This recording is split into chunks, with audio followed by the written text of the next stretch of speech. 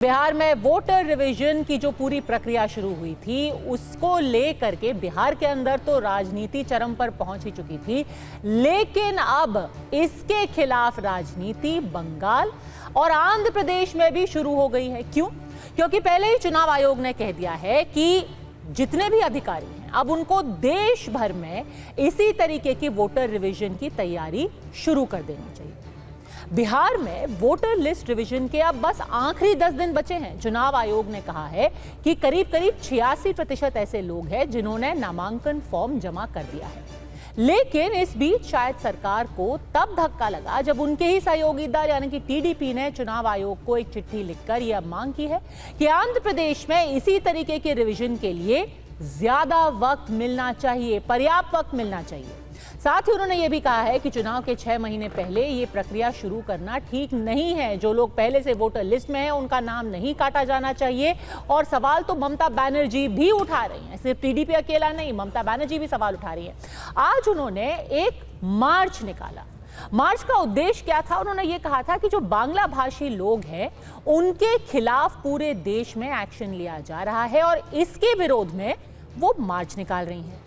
लेकिन इसके पीछे की असली मंशा, असली मैसेज क्या था वो तब साफ हुआ जब उन्होंने सीधे सीधे चुनाव आयोग और बीजेपी पर हमला बोला। ममता बनर्जी का इशारा साफ था कि जो वोट कट रहे हैं उससे कहीं ना कहीं उनका वोट बैंक खतरे में पड़ रहा है।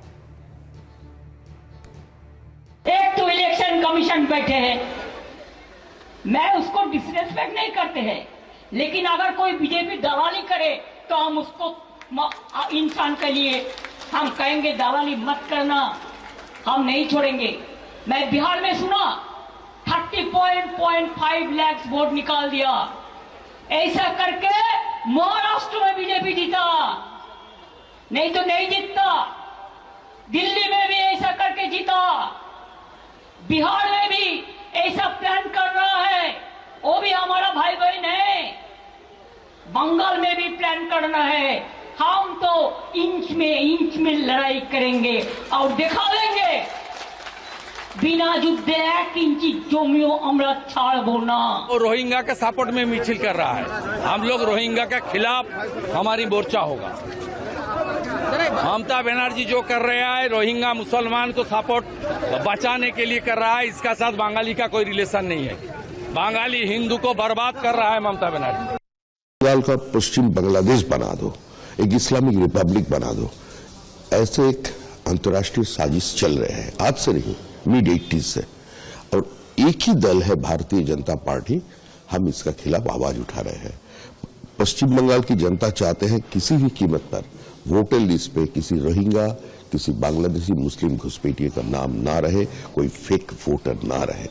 तो जो भी इलेक्शन कमीशन करेगा उसका स्वागत है। हम लोग भी हमारा कोशिश जारी रखा है। अभी तक हम लोग 13 लाख वोटर को चिन्हित किया है। We have submitted it election commission, तभी देखते हैं क्या होना है। देखिए, ये बहुत बड़ा खतरा है, लोकतंत्र पे खतरा है। जिस तरीके से संवैधानिक संस्था इलेक्शन कमीशन का दुरुपयोग करके भारतीय जनता पार्टी तानाशाही ला रही है और जो उसके स्थापित वोट हैं जो खिलाफ, उन्हें वो अब वोटर लिस्ट में नहीं रहने देना चाहते। ये लोकतंत्र की हत्या है।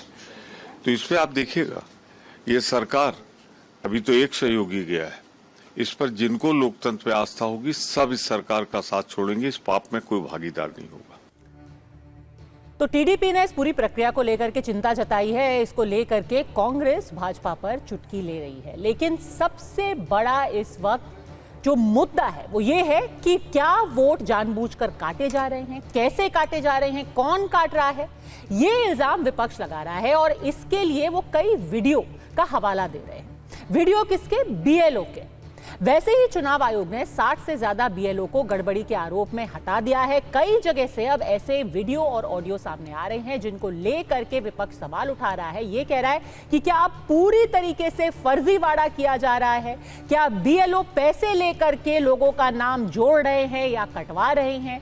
क्या जानबूझकर इस पूरी प्रक्रिया का, ये जो पूरी कार्रवाई है, इसका राजनीतिकरण कर दिया गया है। और वो किस हवाले से कह रहे हैं, कुछ ऐसे दो ऑडियो सामने आए हैं। एक बेगूसराय से सामने आया है जहां पे कैमरे पर एक बीएलओ देखा गया पैसे मांगते हुए। एक और ऑडियो है जहां पर एक बीएलओ से सवाल पूछा जा रहा है कि आपने कुल कितने फॉर्म जमा किए हैं। वो कहते हैं कि मैंने तो अभी तक 2 ही फॉर्म जमा किए। सुनिए। ऑनलाइन करने के पैसे कितने लिया? केटू फार्म दिया? कौन लिया बताओ इधर। आप पैसा लिए ऑनलाइन? अरे भैया चाय पानी लेके फोन पे से पैसा दिया वो आप दिया तो लिए कहाँ 20 हुआ रुपए यार? फार्म करके लिया है। काहे लीजिएगा फार्म का पैसा? तकलीफ है आपको? हाँ तकलीफ है ना, काहे पैसा लीजिएगा? इसका पैसा लग रहा है। अरे वापस ले लो ना यार, हल्ला मत तो करो। वापस लेंगे पैसा, मगर आप काहे लिए पैसा? प्रेम से मांगा दिया। प्रेम से भी नहीं मांगिएगा, काहे मांगिएगा? आप प्रेम से भी काहे मांगिएगा? 1 मिनट, प्रेम से भी काहे मांगे? इसका पैसा लगता है। गलती क्या? सॉरी यार बोलो। और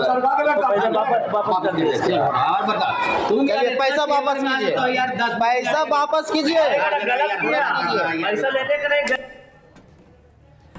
तो ऐसे में अड़ी के सवाल है बिल्कुल सीधे, असली वोटर का सवाल। बिहार से बंगाल तक अब क्या पहुंच चुका है बवाल? क्या सच में बीएलओ जमीन पर गड़बड़ी कर रहे हैं? और अगर ऐसा सच है तो क्या वोटर लिस्ट को लेकर के अब चिंता और भी बढ़ गई है? क्या वोटर लिस्ट पर भरोसा किया जा सकता है? शहजाद पूनावाला प्रवक्ता भारतीय जनता पार्टी के हमारे साथ जुड़े हैं, वरिष्ठ पत्रकार हर्षवर्धन त्रिपाठी, आरजेडी से प्रोफेसर नवल किशोर हमारे साथ है, स्वयं प्रकाश पुरोहित प्रवक्ता टीएमसी के, और डॉक्टर मोहम्मद अबीन पूर्व संयुक्त निदेशक इलेक्शन कमीशन ऑफ इंडिया के। शहजाद पूनावाला, अब ये बात तो कैमरे पर कैद हो ही गई है, कोई पैसे ले रहा है, कोई फॉर्म भरने में गड़बड़ी कर रहा है, तो विपक्ष की बातों में दम है ना जब वो कह रहे हैं कि ये जो पूरी लिस्ट है इस पर हम भरोसा नहीं कर सकते?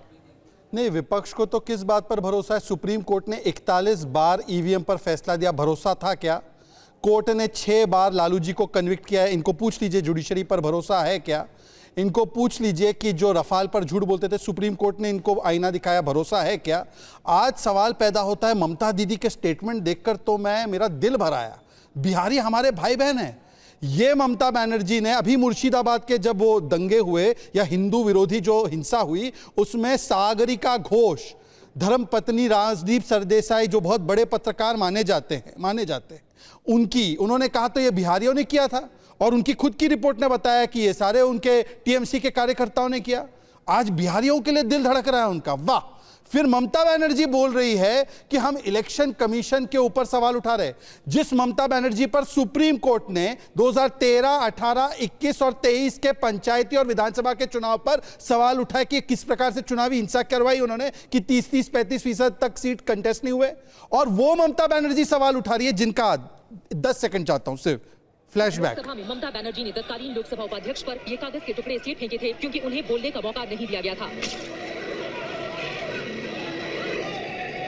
ये देखिए कागज फेंक रही थी, क्यों? ममता बनर्जी उस दिन लोकसभा में घुसपैठ के मुद्दे पर बोलना चाहती थी। 2005 में ममता दीदी कह रही थी कि लेफ्ट जो इंडिया अलायंस में है वो घुसपैठियों को बुला बुलाकर नागरिक बना रहा है। अब 2011 से ममता दीदी तो सीएम है ना, कितने घुसपैठियों को चिन्हित किया? उल्टा पूरे इंडो बांग्लादेश का बॉर्डर जब हम सील कर रहे हैं तो 450 किलोमीटर जो बंगाल में है वो करने नहीं देती, बीएसएफ को गालियां देती हैं, उनको 50 किलोमीटर जुरिस्डिक्शन नहीं रखने देती है, उनको आउटपोस्ट नहीं बनाने देती है, और फिर जो घुसपैठी उनके आधार बनाती है, उनके राशन कार्ड बनाती है, और फिर वो बोलती है कि वो जो इस प्रकार की इलेक्टोरल मैल प्रैक्टिसेस के खिलाफ है। सबसे बड़ी इलेक्टोरल मैल प्रैक्टिस करने वाली तो वो खुद है, और दूसरे वो लोग जो कहते हैं कि सूत्र मूत्र होता है। बताइए शहजाद पूनावाला, आपने पूरी एक राजनीतिक चार्जशीट ममता बनर्जी के खिलाफ दाखिल कर दी है, ठीक है, उसका जवाब मैं लूंगी, लेकिन आपने जो मेरा मेन सवाल था वो तो आपने जवाब ही नहीं दिया। अगर कैमरे पे कोई बीएलओ पैसे लेकर के आपका वोटर लिस्ट में नाम डाल रहा है या हटा रहा है तो उसकी सत्यता पर कोई कैसे विश्वास करेगा? फिर तो भारी भरकम गड़बड़ी हो रही है ना। पद्मजा जी, मैं आप ही का पैमाना लेता हूं, 1 out of 1 lakh, 1 lakh BLO. नहीं, एक तो मैंने दिखाया, अभी हमारे कैमरे में और भी ऐसे कैद हैं। कितने हैं? 100। 3 लोगों के खिलाफ तो इलेक्शन कमीशन ने एक्शन लिया। 3 बोल रहे ना, हाँ। मैं उसको 30 टाइम्स बढ़ा रहा हूं, 100। ठीक है, 100 out of 1 लाख। हाँ। 100 से ज्यादा तो नहीं है डॉक्यूमेंटेड। अभी हमें पता नहीं चला। 200। हमें क्या पता 2 करोड़ लोगों का चेक करना है। अब मेरी बात, विपक्ष कहेगा क्या पता 2 करोड़ के 2 करोड़ फर्जीवाड़ा। मेरी बात सुन लीजिए ना, विपक्ष के लिए तो, विपक्ष को तो किसी चीज पर भरोसा नहीं, संविधान के द्वारा, संसद के द्वारा पारित कानून पर भरोसा नहीं, उनकी बातों को क्यों विश्वास में लेते। मैं कह रहा हूं कि यदि अगर 100 आउट ऑफ 1 लाख केस से पूरी चीज बिगड़ जाती है, तो मैं तो कहता हूं कि आरजेडी के तो स्वयं अध्यक्ष कन्विक्टेड है 6 बार, तो पूरी पार्टी चाराचौर पार्टी है, पूरी पार्टी जंगल राज वाली पार्टी। बताइए। अरे सर, पर वो कह रहे हैं ना, लॉजिक तो वही होगा ना, आप उस पूरी एक कोई बीएलओ होगा जिसने कोई गलती की होगी, जिस पर कार्रवाई हो चुकी है, तो उससे पूरी प्रक्रिया ध्वस्त है, तो ये तो चाराचौरों की पार्टी हो गई, क्योंकि यहाँ तो अध्यक्ष कन्विक्टेड है, 6 बार कन्विक्टेड है। अब बताइए कि पूरी चाराचौर पार्टी है कि नहीं है, ये प्रवक्ता भी चाराचौर होंगे। ठीक है मोहम्मद अमीन साहब, ये एक सेकंड आपके पास आ रही हूँ। प्रोफेसर नवल नाम नहीं लिया पार्टी का, पर कैसे रिएक्ट किए? नहीं, इसका जवाब दीजिएगा। नाम नहीं लिया मैंने पार्टी का, पर रिएक्ट करके। टेक्निकल एस्पेक्ट है वो मोहम्मद अमीन तुम साहब। पागल हो, पागल। जियो प्रोफेसर कहाँ, किसने बना दिया प्रोफेसर आपको? आप तो स्टूडेंट बनने के लायक नहीं। देखिए प्लीज, व्यक्तिगत टिप्पणी, वो पागल बोल रहे हो। चलिए जवाब दे दीजिए सर। अगर छोटी गड़बड़ी हो रही है, क्या पूरी प्रक्रिया को आप खराब कह सकते हैं? प्रोफेसर साहब, शहजाद पूनावाला कह रहे हैं अगर 100 बीएलओ भी ऐसे हैं, उनको चिन्हित करके कार्रवाई की जा रही है, आप पूरी प्रक्रिया को ही चोरी कह रहे हैं। ममता बनर्जी ने तो दलाल बोल दिया इलेक्शन कमीशन को। नहीं, देखिए, शहजाद पूनावाला के पास कोई मटेरियल है नहीं और ना उनको कुछ मालूम है। उनको जितना रटा के भेजा जाता है नागपुर के पाठशाला से, वहीं उतना ही बकते हैं। सही बात तो यह है कि ये पूरा बवाल जो बिहार में मचा हुआ है और उसके बाद पूरा देश में मचने वाला है, इसका निर्माता निर्देशक चुनाव आयोग है। वो किसी की सुन नहीं रहा है, केवल भाजपा के कार्यालय का बात सुन रहा है। और हमें लगता है कि 2:1 का जो नियुक्ति प्रक्रिया हुआ है, उसका दबाव है उनके ऊपर। अपने दिमाग से काम करते तो उनको ये काम नहीं करना चाहिए था। इसके बावजूद सुप्रीम कोर्ट बोलता है कि जो आपने लिस्ट दिया है 11 डॉक्यूमेंट का, वो एग्जॉस्टिव नहीं है। In the interest of justice आपको 3 और डॉक्यूमेंट को कंसीडर करना चाहिए। सुप्रीम कोर्ट अगर यह सलाह देता है इलेक्शन कमीशन को, तो हमें लगता है कि उसको उस पर कोई बात नहीं मानना यह शर्मनाक है। एक ऐसे संस्था का जिस पर भरोसा है कि वह देश में लोकतंत्र स्थापित करेगा, प्रतिनिधित्व स्थापित करेगा, उसका मूल काम है।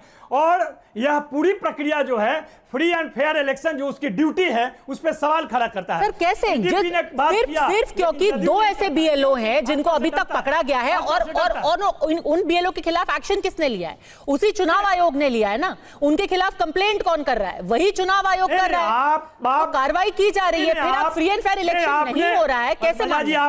नहीं, पद्मजा जी, एक बात आपने नहीं बताया।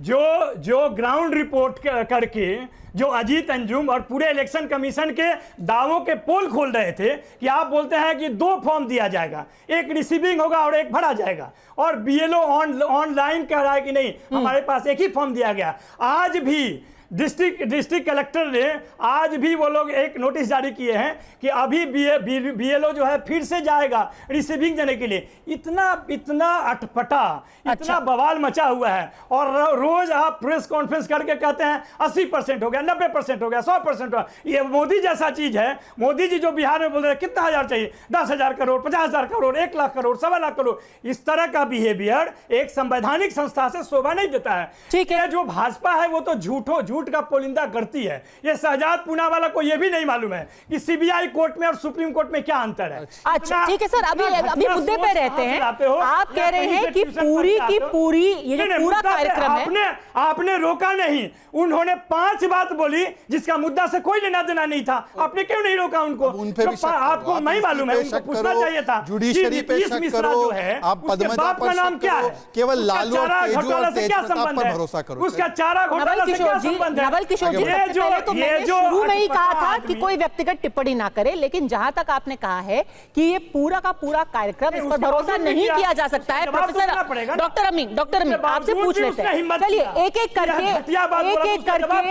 एक करके सारे उदाहरण बोलेंगे। अमीन पे तो भरोसा है कि नहीं है? अमीन है नाम, अमीन, अनिल नहीं, अमीन। एक सेकंड सुन लो, भरोसा करो। डॉक्टर मोहम्मद अमीन, चलिए पहला वीडियो चलाइए। भरोसा तो अरे जिसका खाए अमीन नाम है, अमीन, कांग्रेस का खाए उसको गाली देते अमीन हो? है नाम, भाजपा अमीन का की खा रहे हो, उसके बाद गाली दोगे? अरे घाट घाट का पानी पीने वाले लोग अरे इस तरह सर, का काम देखिए, करते हैं, उनको प्रूव करना होता है। अच्छा चलिए, अभी वापस लिस्ट पे आते हैं। कैसे पूरा होगा? वापस लिस्ट पे आते हैं व्यक्ति विशेष पे। डॉक्टर मोहम्मद अमीन, चलिए वो ऑडियो चलाइए, बेगूसराय का ऑडियो विंडो में चलाइए। बेगूसराय में क्या हुआ? बेगूसराय में एक महिला अधिकारी थी, उन्होंने कॉल किया बीएलओ को, कहा कि भाई आपने कितने अभी पर्चे हैं जो कि वहां पर जमा कर दिए हैं? उन्होंने कहा कि देखिए मैंने तो अभी 2 ही किए हैं।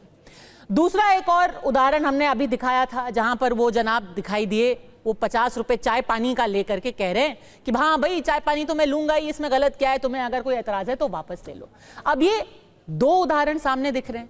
हमारे कैमरे में भी कुछ जगह ऐसा कैद हुआ है जहां पर बीएलओ आए, उन्होंने कहा कि भाई आपने फॉर्म बांटे हैं यहाँ पे? गांव वाले कह रहे हैं भाई हमें फॉर्म नहीं मिला है अभी तक, पर पर्ची में दिखाया जा रहा है कि सबको फॉर्म मिल गए हैं। अब इसको क्या ऐसे ही खारिज किया जा सकता है, ये जितने भी उदाहरण सामने आए हैं? देखिए, इलेक्शन कमीशन का काम है वोटर लिस्ट को तैयार करवाना, लेटेस्ट अपडेट कराना।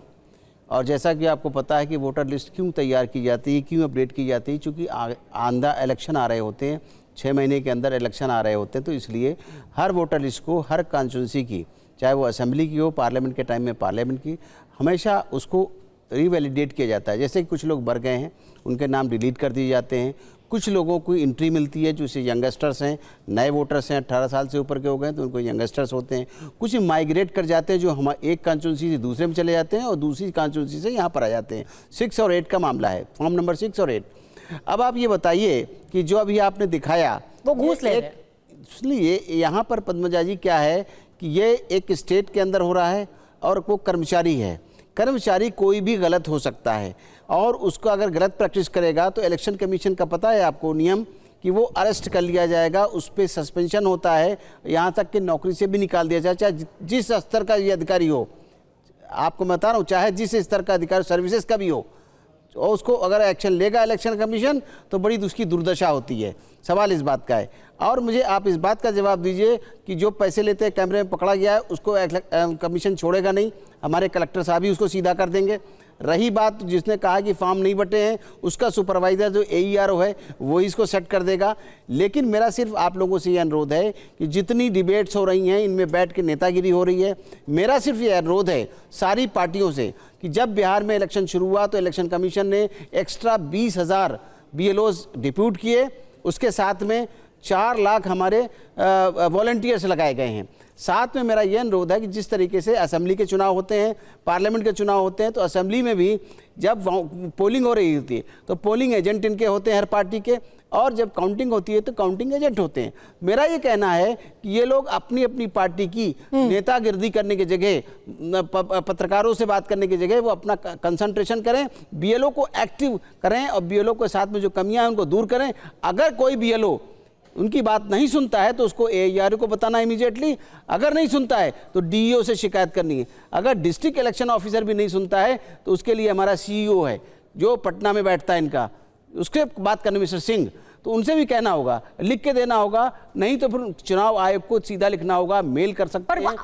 पर ये सारी पार्टियां तो कह रही है कि आप सबके सब मिले हुए हैं, आपके CEO मिले हुए हैं, आपके AERO मिले हुए हैं, आपके BLO मिले हुए हैं। उल्टा तृणमूल कांग्रेस ने तो आज बोल दिया कि पूरा का पूरा चुनाव आयोग ही, और उनके शब्द है, मेरा शब्द नहीं है, दलाल हैं वो भारतीय जनता पार्टी। देखिए पद्मजा जी, मैं आपको याद दिलाऊंगा, आप अपना निकाल के देख लीजिए पुराना इतिहास इनका, ममता बनर्जी का। जब वो इलेक्शन लड़ रही थी तो उनकी हालत कुछ ठीक नहीं थी, जिसकी वजह से वो इलेक्शन भी हारी थी।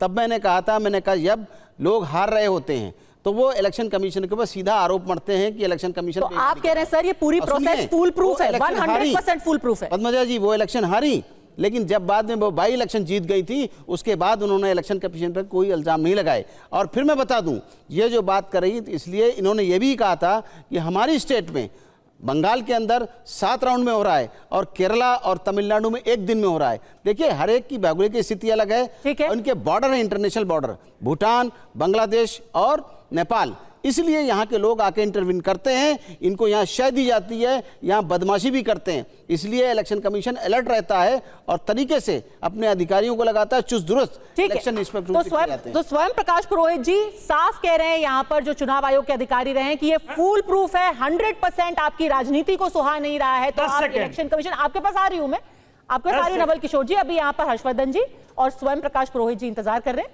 उनसे कम से कम ओपनिंग कमेंट लीजिए। स्वयं प्रकाश पुरोहित जी, 100% फूल प्रूफ है ये पूरी प्रक्रिया? जी नहीं, मैं आपका सवाल ठीक से नहीं समझ पाया, एक बार ठीक से आपका सवाल करिए। जिस पूरे रिवीजन को लेकर के सारी पार्टियां सवाल उठा रही हैं, जिसको लेकर के आज ममता जी ने कहा कि ये वोट की चोरी की जा रही है, यहां पे चुनाव आयोग के पूर्व अधिकारी बैठे, उन्होंने कहा हां कोई एक दुक्का आदमी करप्ट हो सकता है, लेकिन उसको पकड़ा जाएगा, उसको टाइट किया जाएगा, ये पूरी प्रक्रिया फूल प्रूफ है, डर मत फैलाइए। पूरी की पूरी केंद्र की जो, सुनिए, पूरी की पूरी केंद्र सरकार भ्रष्ट है। अगर भ्रष्ट सरकार होगी तो ऐसा ही होगा। उनके खुद के सहयोगी टीडीपी क्या बोल रहे हैं? वो भी तो बोल रहे हैं कि 6 महीने का समय एनफ नहीं है। आप 2 साल 3 साल आपको अगर कोई भी चुनावी प्रक्रिया की कार्रवाई करनी है, एक डेमोक्रेटिक वे में करिए। 1993 में आज हम सब गर्व से जो अपना वोटर आईडी कार्ड, इनकी नॉलेज सुधार दूं मैं, वो इलेक्शन कमीशन ऑफ इंडिया है, not a government of India. आज भी इलेक्शन कमीशन ऑफ इंडिया, ध्यान कर लीजिए। बीच में मत बोलो ना, गवर्नमेंट ऑफ इंडिया, तुम्हारा नंबर आएगा। That is not a government, अरे रुकिए ना, election commission of India, note करिए। जब इलेक्शन कमीशन ऑफ इंडिया अगर राजनीतिक पार्टियों की दलाली करेगा तो उसके लिए लोकतंत्र को बचाने के लिए कितना गलत है? एक संवैधानिक संस्था को आप इस तरीके के शब्दों का इस्तेमाल कर रहे हैं, ये आपको शोभा देता है? संवैधानिक तो शोभा नहीं देता। वो इलेक्शन कमिशन ऑफ इंडिया है, उसी इंडिया का हिस्सा आपकी पार्टी भी है, आप भी हैं। कमीशन ऑफ इंडिया कैसे रहा? वो हमारे देश का चुनाव आयोग है। ये बताना चाहता हूं कि संवैधानिक कैसे रहा। सुप्रीम कोर्ट, सुनिए, ये गोदी आयोग है। सुप्रीम कोर्ट ऑफ इंडिया का इंटरफेरेंस रहता था, जिसको मोदी जी ने ऑर्डिनेंस ला करके हटा दिया और अपना मनमाने व्यक्ति को आप इलेक्शन कमीशन। कमाल है स्वयं प्रकाश जी, वही चुनाव आयोग जिसने 10 साल आपकी पार्टी को सत्ता दी है, आज वो आपको चुनाव आयोग, इलेक्शन कमीशन ऑफ इंडिया नहीं, इलेक्शन कमीशन ऑफ बीजेपी दिखाई दे रहा है। हमारी सुनिए, तब तो या तो बीजेपी को आप पे बड़ा प्रेम आ रहा होगा कि आपको लगातार चुनाव जितवा रही है चुनाव आयोग के थ्रू। आंदोलन का पद्मजा,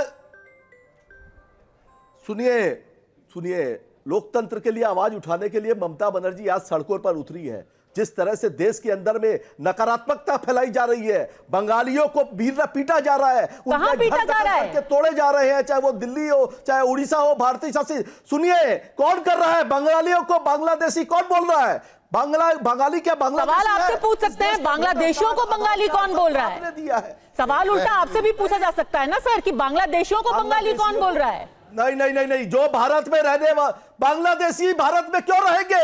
वो पासपोर्ट लेके आते हैं, उनको वापस भेज। ममता दीदी ने पार्लियामेंट के अंदर बोला कि बांग्लादेशियों को बसाया जा रहा है, सीपीआई सीपीएम बसा रहे हैं। आपकी नेता ने बोला था संसद के अंदर बैठ करके कि आपको मैं बता देता हूं, मैंने नहीं, भारतीय जनता, सुनिए, तो कौन नियंत्रण करता है सीआईएसएफ बीएसएफ को? कौन नियंत्रण करता है? यूपीए की सरकार थी साहब, 50 किलोमीटर तक का बॉर्डर का एरिया केंद्र शासित अमित शाह की डायरेक्ट जिम्मेदारी है। वो चुप रहेंगे? वो सुनिए, वो बयान देते हैं कि अब बिहार जीतेंगे, बंगाल जीतेंगे।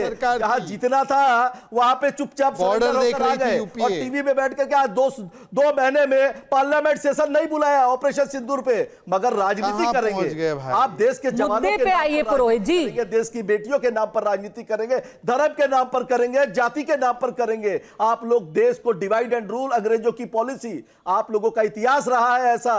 ये आरएसएस और भारतीय, अच्छा सर, अब आप आरएसएस पे मत जाइए, फिर आप 1947 पहुंच जाएंगे।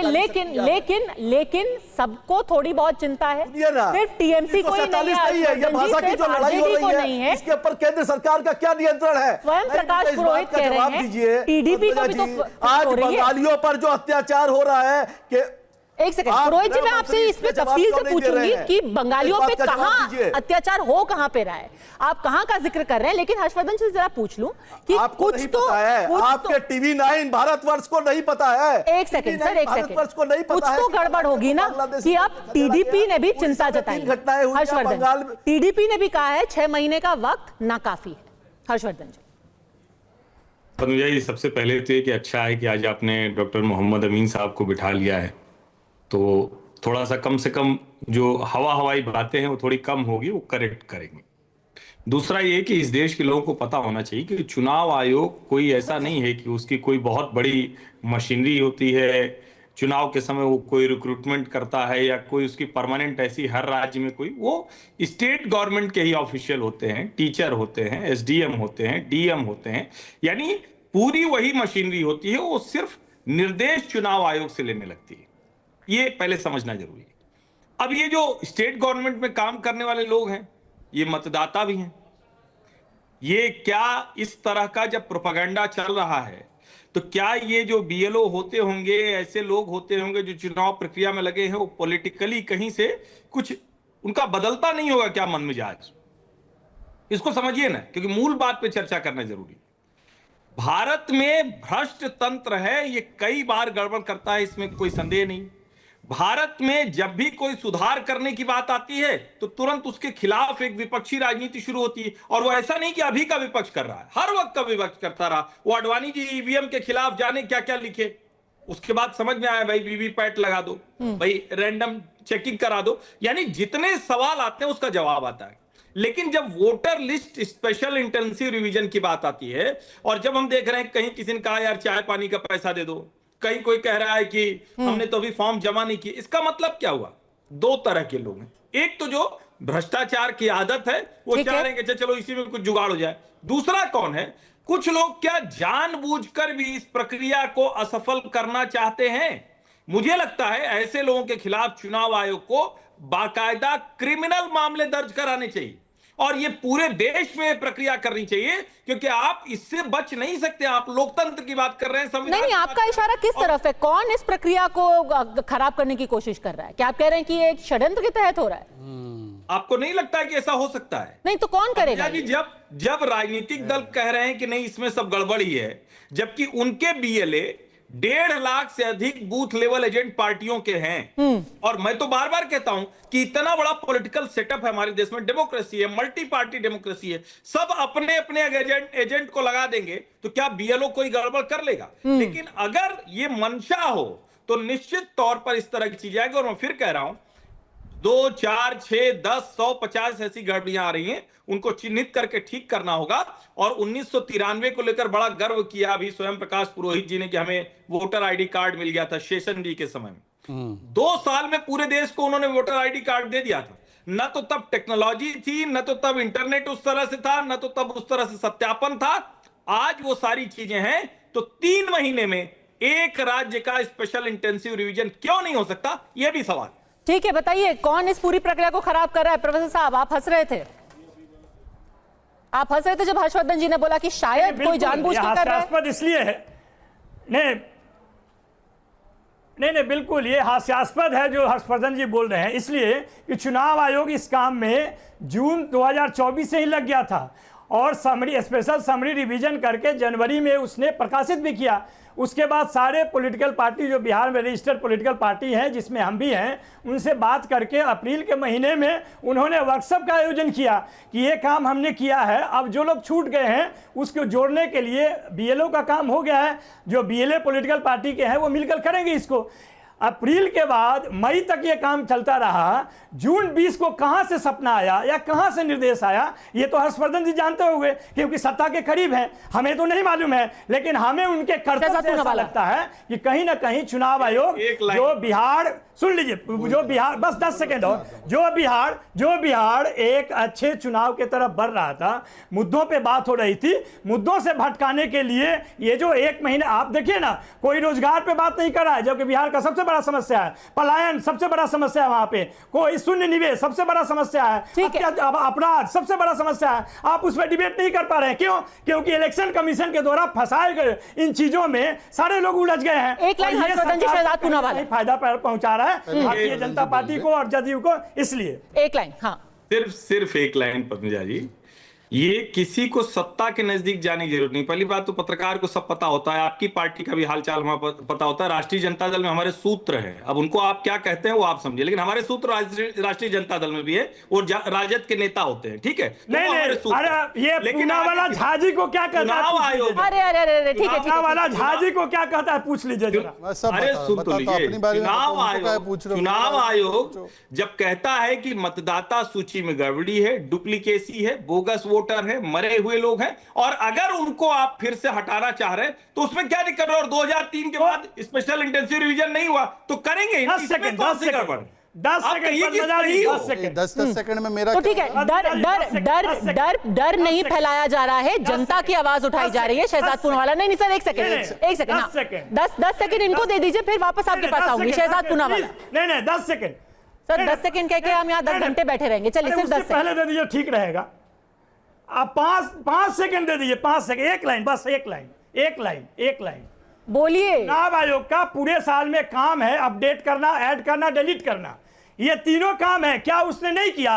ऐड क्यों नहीं किया, डिलीट क्यों नहीं किया? एकाएक उसको जून में कैसे पता चला? ये मोहम्मद अमीन साहब भी बताएंगे। शहजाद पूनावाला, उनसे पहले इनकी अनुमति। शहजाद पूनावाला, ठीक है, सवाल आपने पूछ लिया, आपने जवाब मिलेगा। शहजाद पूनावाला, ऐसा है, परिवारवाद के 2 नवाब झूठ फैलाए बेहिसाब, ईसी पर डाले दबाव पर सुप्रीम कोर्ट ने दिया जवाब। ये सुप्रीम कोर्ट गए थे ना, स्टे लगा दो, कहां का सवाल पूछिए, पूनावाला के पास जवाब है। पद्मजा जी मेरे 10 सेकंड खा गए, मेरा समय भी चोरी किया इन्होंने चारा के साथ साथ। प्लीज मुझे अपनी बात करने दीजिए। जवाब तो दे दो। मेरा चारा चोरी किया गाय का, और मेरा समय चोरी मत कीजिए अब please. Padmaja ji serious topic है। अरे तुम भाईचारा चोर हो। कैसे दूं जवाब? हाँ, हमको पता है किसको भाई बनाया और किसको चारा बनाया। बदल के पेट भरते हो।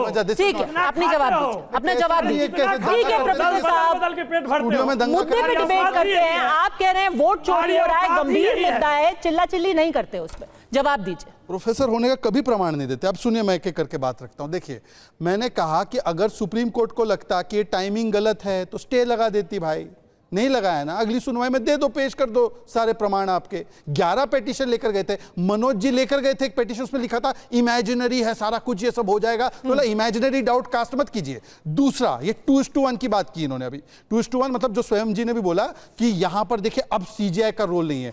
पद्मजा जी बताइए, अमीन साहब बैठे हैं यहाँ पर, गवाह है, हर्षवर्धन जी भी है, 1950 से लेकर 93 तक मल्टी मेंबर भी नहीं था, 1 मेंबर, वो डायरेक्टली अपॉइंटेड बाय गवर्नमेंट। 23 में कानून आया कि उसमें एलओपी का रोल है, और स्टेट के जो इलेक्शन कमिश्नर होते हैं उसमें कौन सा जुडिशरी का और एलओपी का रोल होता है? उसमें तो एलओपी का भी रोल नहीं होता। और सुप्रीम कोर्ट ने एक ही बार एक स्टेट के विषय में चुनाव में बोला है कि किस प्रकार से चुनाव हो रहे हैं वहां पर। 2018 में जब 33% सीट को चुनाव के लिए भेजा भी नहीं जा सका, वो था पश्चिम बंगाल, जिनको सुप्रीम कोर्ट से फटकार मिली है चुनाव कराने में पंचायती के, वो दूसरों को बोल रही है दलाल है। और आखिरी बात मैं पूछना चाहता हूं, देखिए अब यहां पर उन्होंने बात की है आधार की, 3 डॉक्यूमेंट की बात की जो नवल जी ने, कि ये 3 डॉक्यूमेंट जोड़ने की सुप्रीम कोर्ट ने बोली। आप नवल जी से बड़े रिस्पेक्टफुली, मेरे बड़े भाई भी है, मित्र भी है। नवल जी 2003 में कितने डॉक्यूमेंट थे? तब तो आधार नहीं था। और आपकी favourite party, not RJD, favourite, उससे भी फेवरेट कांग्रेस, उसने 2021 में पता है क्या बोला? ऐसे खड़े होकर बोल दिया कि ये वोटर आईडी से लिंक मत करो आधार को, ये तो नागरिकता का प्रमाण नहीं है। उस समय पर तो सिटीजनशिप का प्रूफ भी नहीं बनाया जा रहा था उसको। हाँ, ये मैं कांग्रेस का, ये देखे सुप्रीम कोर्ट में केस भी किया था, वो मैं क्लियर कर दूं। हाँ, 10 सेकंड। तो जो, और यही कांग्रेस पार्टी जब तेलंगाना चुनाव आता है 22 लाख वोट काट दो, मध्य प्रदेश चुनाव आता है 45 लाख वोट काट दो, राजस्थान चुनाव आता है 42 लाख वोट काट दो, तब वो वोट काटना बहुत अच्छा होता है। वहां पर चुनाव जीत जाए तो नाचते हैं, और यहां पर अब वोट कटा नहीं है तो यहां पर कोई भी अपनी बातें फैला रहे झूठ।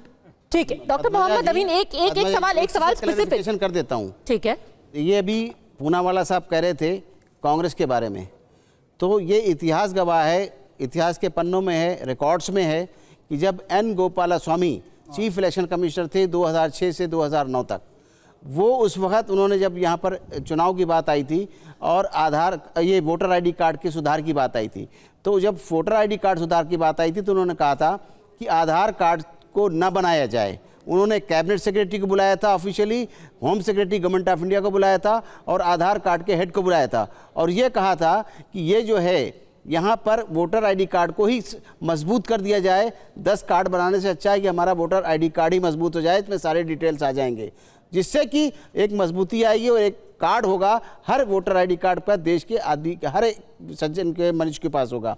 लेकिन इस बात को कांग्रेस ने नकार दिया। उस वक्त कांग्रेस पावर में थी, अगर चाहती तो इस काम को कर लेती, लेकिन कांग्रेस को इम्प्लीमेंट नहीं किया, जिसका नतीजा है कि आज आधार और वोटर आई कार्ड और ये सब अलग अलग कार्ड बने हुए हैं। ठीक है, दूसरा सवाल ये पूछा गया था कि क्या ये समय बहुत कम है? जो 3 महीने का वक्त है, क्या ये बहुत कम है? अगर कुछ 6 महीने 1 साल का वक्त दिया जाता वोटर रिवीजन के लिए, तो ये छोटी छोटी चोरियां, ये गड़बड़ी, ये जो हड़बड़ी हो रही है, ये नहीं होती। डॉक्टर मोहम्मद अमीन, देखिए, जहाँ तक सवाल है इलेक्शन कमीशन का, इलेक्शन कमीशन देश का भी चुनाव कराता है, असेंबलीज का भी चुनाव कराता है। उसको पता है कि हमें कैसे कराना है। अभी मैंने आपको बता ही रहा था स्टार्टिंग में कि देश के अंदर जब अभी पटना की बात, बिहार की बात आई है, तो 20,000 एक्स्ट्रा जो है बीएलओज बनाए गए।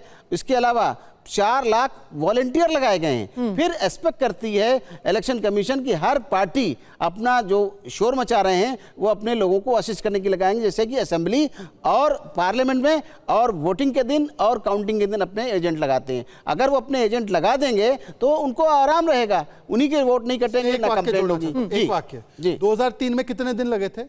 उतने ही दिन जब टेक्नोलॉजी नहीं थी। आज जब उतने ही दिन दिए जा रहे हैं तो उस पर हाई तौबा मचाई जा रही है। और मैं एक सवाल पूछना चाहता हूं, 2 साल पहले एसआईआर करके क्या फायदा होगा? मतलब 2 साल पहले करेंगे तो ये सब झूठे वोटर वापस से भर देंगे? पुरोहित जी, इनका कुछ बस चलता है? ये तो 2 साल पहले का एक्सरसाइज ही बिगाड़ देंगे। पुरोहित जी, क्या ये डर फैला के, पैनिक फैला के अपने वोटरों को मोबिलाइज, आप जैसे कि आपने मुद्दा उठा लिया है कि भाई बंगालियों के ऊपर अत्याचार हो रहा है, बंगालियों के वोट काटे जा रहे हैं, और इसी को लेकर के आपने बिहार से जोड़ दिया, क्या ये सिर्फ वोट बैंक मोबिलाइज किया जा रहा है? नहीं, देखिए, बिहार हो चाहे राजस्थान हो, पश्चिम बंगाल में रहने वाला बिहारी हो, चाहे मैं जैसे खुद राजस्थान से हम लोग हैं, तो वो पश्चिम बंगाल में बंगाली है, वो बंगाल की संस्कृति को लेकर के चलता है। और उनके जो वोट शेयर्स है, आज नरेंद्र मोदी जी ने 2019 में पार्लियामेंट में एक बिल पास किया था कि अगर हम इसको लिंक करा देते हैं आधार से, आपको पता है कितने लोग हैं, हिंदी भाषी मैं बोलूंगा, जिनके अपने प्रांत में भी वोट है और यहां भी वोट है।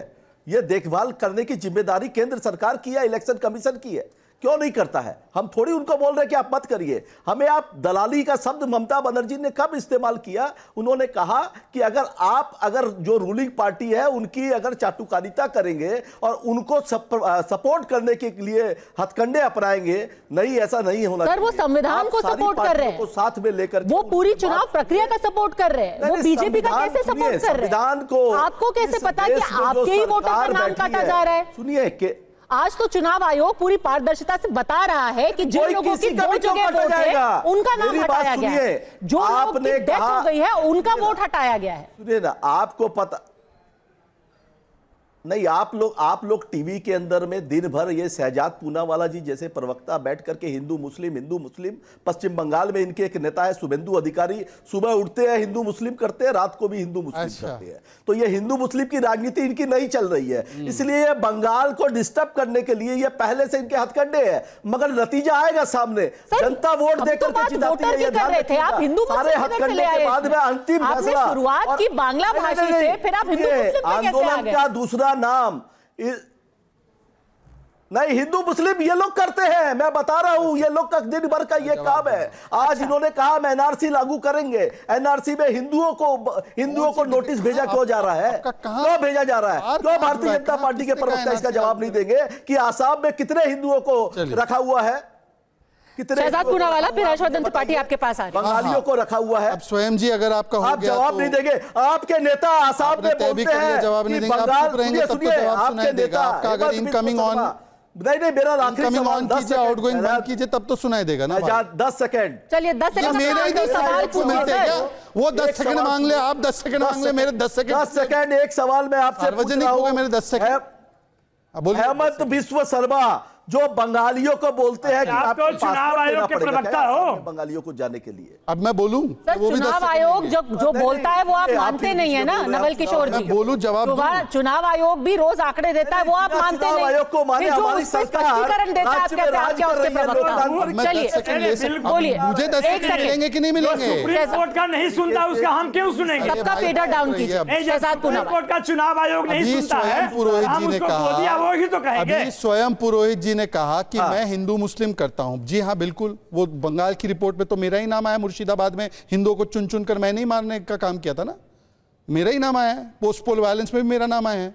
किसका नाम आया है? कौन थे वो टीएमसी के कार्यकर्ता जो वहां पे जा रहे थे? सुप्रीम कोर्ट ने उनकी बेल कैंसिल की। दूसरी बात ये, उन्होंने कहा हम संविधान के साथ है, इलेक्शन कमीशन नहीं है। सीए कानून पार्लियामेंट ने पारित किया था। कौन सी वो चीफ मिनिस्टर थी जिसने कहा कि मैं प्रदेश में लागू नहीं होने दूंगी? ममता बनर्जी। ये संविधान के साथ है।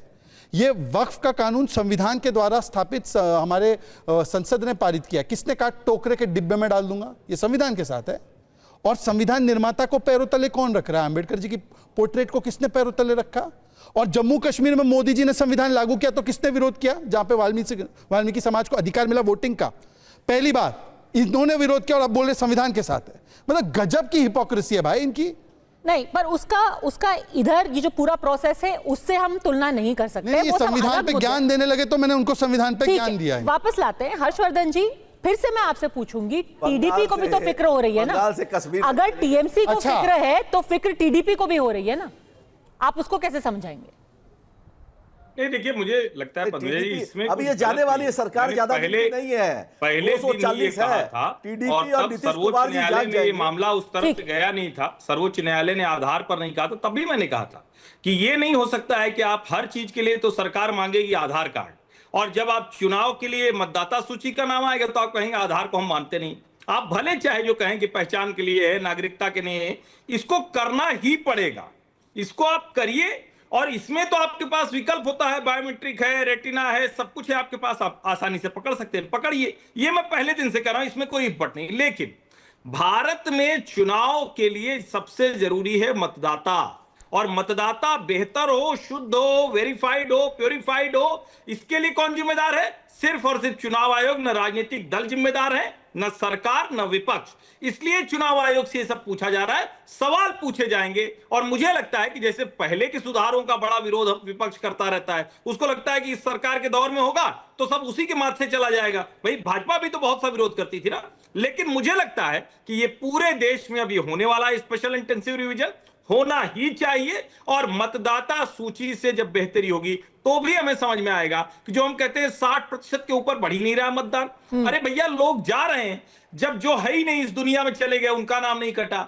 जिनके 4-4 जगह नाम है, मुंबई, दिल्ली, पटना, बेगूसराय, या हम कह लें और दूसरी जगहों पर, उनका नाम नहीं कटा। किसी की डुप्लीकेसी बहुत ज्यादा है, कोई हर 3 महीने में नई जगह वोट देने जाता है। मुझे लगता है अंत वही होना है, आधार से वोटर आईडी कार्ड को जोड़ना ही पड़ेगा। चंद्रबाबू नायडू क्यों परेशान है? चंद्रबाबू नायडू की परेशानी का क्या? उनकी लोकल पॉलिटिक्स है, उनकी लोकल पॉलिटिक्स है। जगनमोहन रेड्डी वहां इसी तरह से लोगों को कह रहे हैं, मुसलमानों को कह रहे हैं कि आपका वोट कट जाएगा। अच्छा, एक तो यहाँ भारत में बड़ा ये आसान है, कुछ भी न सूझे खड़े होकर कह रहे हो कि देखो मुसलमानों तुम्हारा सब कुछ खत्म होने लगेगा, वो कुछ लोग आ जाएंगे झांसे में और बवाल हो जाएगा, जो पूर्वी दिल्ली में दंगे के तौर पर हुआ। ठीक है, देखिए प्रक्रिया एक तरफ है, उसके ऊपर हो रही पॉलिटिक्स दूसरी तरफ है।